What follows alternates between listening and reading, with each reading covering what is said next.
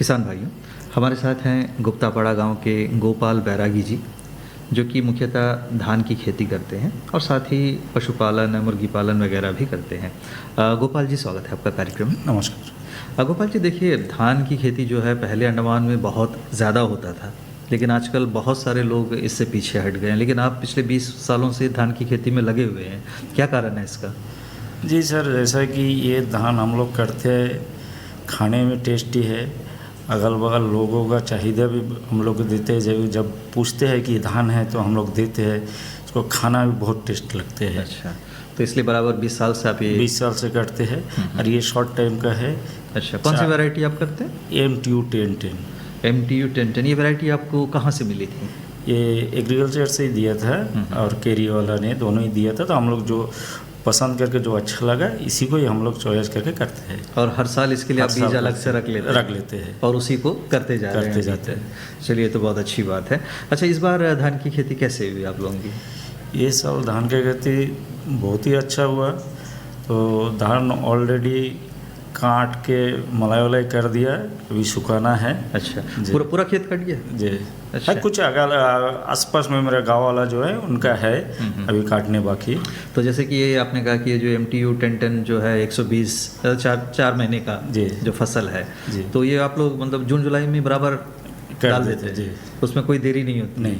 अच्छा, आपके वहाँ में 8 नंबर धान कोई करता है उसे? नहीं, वहाँ सर कोई नहीं करता, क्योंकि वो अब जो कीड़ा का बताया, वो कीड़ा का वजह से हम लोग को वहाँ 8 नंबर धान नहीं करता है। अच्छा, ये जो छोटा 4 महीने वाला धान एक कीड़ा से बच जाता है? बच जाता है। इस बार भी कोई कीड़े का अटैक नहीं हुआ? नहीं नहीं। चलिए, तो इसके लिए कैसे नर्सरी वगैरह आप कैसे तैयार करते, थोड़ा बताइए।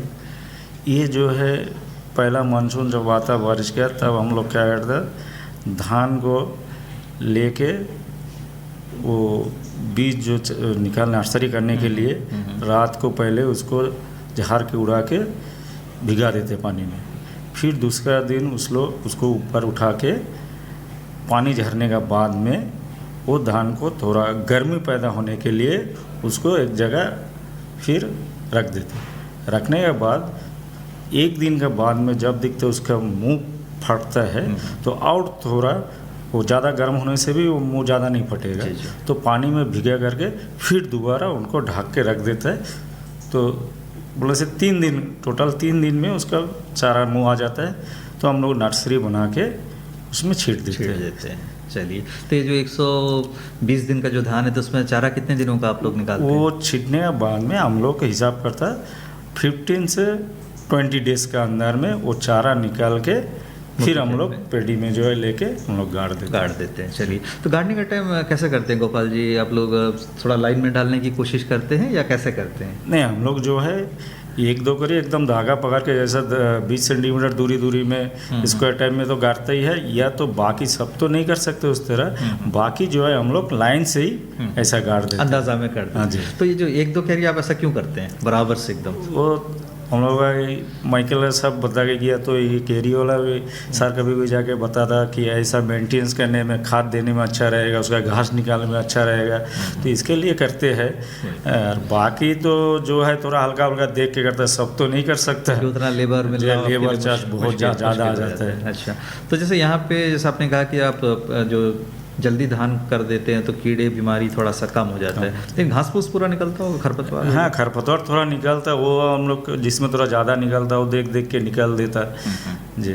तो लेकिन पैदावार अच्छी मिलती है। तो इस बार जैसे आपने बताया कि अच्छा खासा ही हुआ है, तो कैसा होगा बीघा हिसाब से आप लोग बता सकते हैं? बीघा हिसाब में आपका 25 मन से ऊपर ही होगा ये सब। अच्छा, इसको अच्छा मान सकते हैं? अच्छा मान सकते हैं। चलिए, तो आपने जैसा कहा कि धान की आपकी कटाई तो आपने कर ली है जी। हाँ, तो सुखाना भी हो गया, क्योंकि आजकल तो बारिश के पीछे ये 2 दिन काट के 2 दिन थोड़ा धूप में दिया था, आधा सूखा है, फिर अभी धूप के लिए बैठा इंतजार में है। अच्छा, जब धूप होगा तो सुखा के रखना है। मतलब अपने इस्तेमाल के लिए साल भर के लिए आप लोग रख लेते हैं? जी, हमारा तो खाने के लिए हो जाता, फिर अगल बगल भी 2-1 जन पूछता तो उन लोगों को भी हम लोग देते हैं। अच्छा, बेचते भी है? चलिए, तो अच्छी बात है। तो इसको कैसे भंडारित करते हैं? टप्पा जो पुराना जैसा है वही स्टाइल है अभी भी आप लोग? जी, इनको अच्छा से धूप में सुखाएंगे।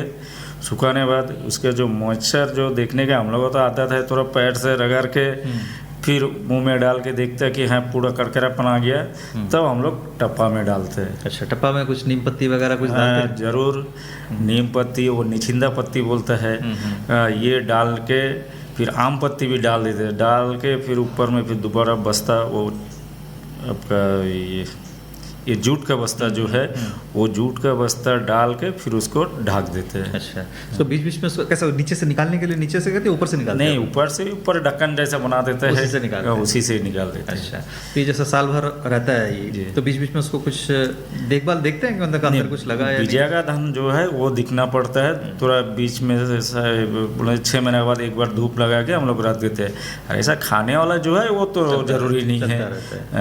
तो ये बीजा का धान पहले से अलग कर लेते हैं? हाँ, अलग कर लेते हैं। कितने किलो तक आप रख लेते होंगे? वो कम से कम 40-50 kg तक वो अलग से ही रख देते हैं। अच्छा, उसमें दवा वगैरह मिला के डाल रखते हैं? नहीं, ऐसा रखने मैडम उसी तरह सेम प्रोसेस, पत्ती वगैरह से हम लोग का पुराना ज़माना का पत्ती वगैरह से डाल के ही वो रख देते हैं।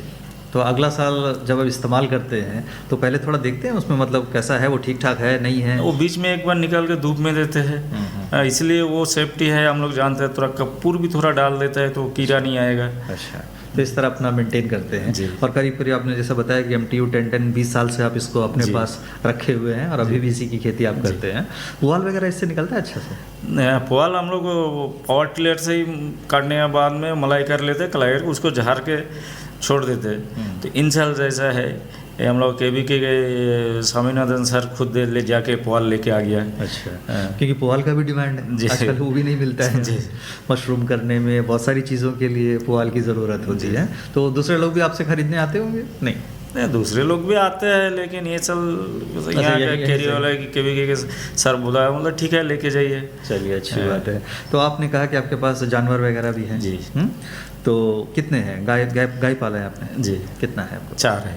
4 गाय? उसमें 2 बछड़ा है, 2 बड़ा है। अच्छा, दोनों दूध देती है? दूध है, अभी रिसेंटली बंद हो गया। फिर यही करवाते हैं? कैसे करते हैं, क्या करते हैं आप? हाँ, यही मेडिकल वेटनरी वाला को लेके जाते हैं, उन्हीं लोग ही करते हैं। चलिए, तो उससे भी एक आमदनी हो जाती है। तो चलिए, जैसे आपने बताया ना अभी धान की कटाई हो गई है, खेत खाली हो गया है, तो उसमें आप क्या करेंगे? अभी जैसे ये फिर समर सीजन आने से ही उसके सब्जी के लिए तैयारी कर देंगे। तो अभी मतलब खाली पड़ा है? अभी फिलहाल खाली पड़ा है। पानी निचला ज़मीन है आपका? जी।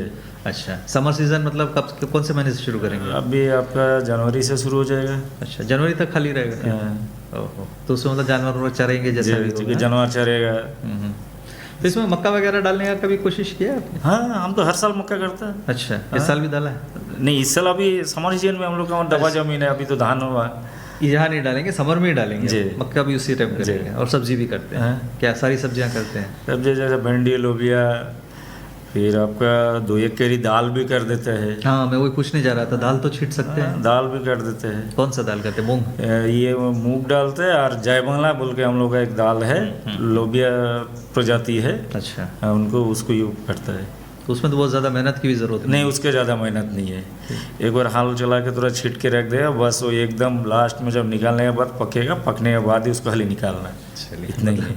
उसमें मतलब उसका अच्छा दाम भी मिल जाता है मेरा? हाँ, मिल जाता है। 80 रुपये 90 रुपये kg है। चलिए, बहुत अच्छी बात है। तो और उससे ज़मीन का जो उपजाऊपन है वो भी बढ़ जाता है, जो खाद का मात्रा है वो भी ज़्यादा हो जाता है। तो ये सब जानकारी आपको बराबर KVK वगैरह से मिलते रहती है? आप बराबर इन लोग के संपर्क में? हाँ, इन लोग का संपर्क में रहते हैं। कोई भी नई चीज़ है तो आपको जानकारी ले लेते हैं? ये लॉकडाउन का शुरू होते होते उस टाइम तो हम लोग वर्मी कंपोस्ट का एक ट्रेनिंग हो रहा था, वो तो कंप्लीट भी नहीं हुआ।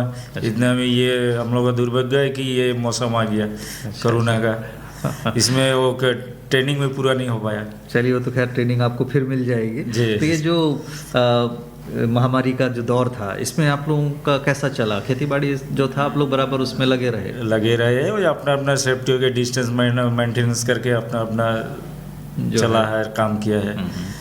प्लांटेशन भी है आपके पास? नारियल सुपारी? हाँ, सुपारी नारियल है, दोनों है जी। कैसे इस बार कैसा हुआ? सुपारी वगैरह भी तो काट निकाल दी? इस बार मतलब से कि पिछला बार जो है वो मोटा मोटी ठीक हुआ है, लेकिन अगला ये धूप में ये साल जो है पेड़ कुछ मर गया है। अभी ये साल क्या होएगा वो तो नहीं बोल सकता है, फलन थोड़ा कम है। आने वाला जो जी। सीज़न है उसमें जी, थोड़ा जी। सा दिक्कत हो सकता है। जी। नारियल कैसा, नारियल आप लोग ऐसे ही बेचते हैं या उसका कुछ खोपरा वोपरा बनाते हैं? नहीं, नारियल ऐसा बोलने से हम लोग का वहाँ लेने वाला है, उन लोगों को अपना ही तोड़ते केजी हिसाब में देते हैं, 14 रुपया, 15 रुपया, 17 रुपया, जब जो रेट रहता है मार्केट रेट में वही हिसाब से हम लोग को देते हैं। तो गोपाल जी कभी आप लोग खोपरा वगैरह बनाने की कोशिश नहीं की है, क्योंकि इसमें ज़्यादा दाम मिलेगा? जरूर, आप बताया वाला सही बात है, लेकिन मेरा थोड़ा मजबूरी है कि थोड़ा मेहनत से थोड़ा नहीं होता है, मेरा थोड़ा प्रॉब्लम है। अच्छा। इसी के बजाय हम दूसरा आदमी को बुला के दे देते। चलिए कोई बात नहीं। तो गोपाल जी आपसे बातें हुई, बहुत अच्छा लगा। आप धान की खेती हर साल करते हैं, ये भी अच्छी बात है, और साथ ही सब्जी भी करते हैं, पशुपालन भी है करते हैं। जो कृषि विज्ञान केंद्र कैरी से भी आप बराबर जुड़े हुए हैं, जो भी जानकारी ट्रेनिंग है वो भी आप लेते हैं। लेते रहते हैं। बहुत बहुत धन्यवाद। नमस्कार।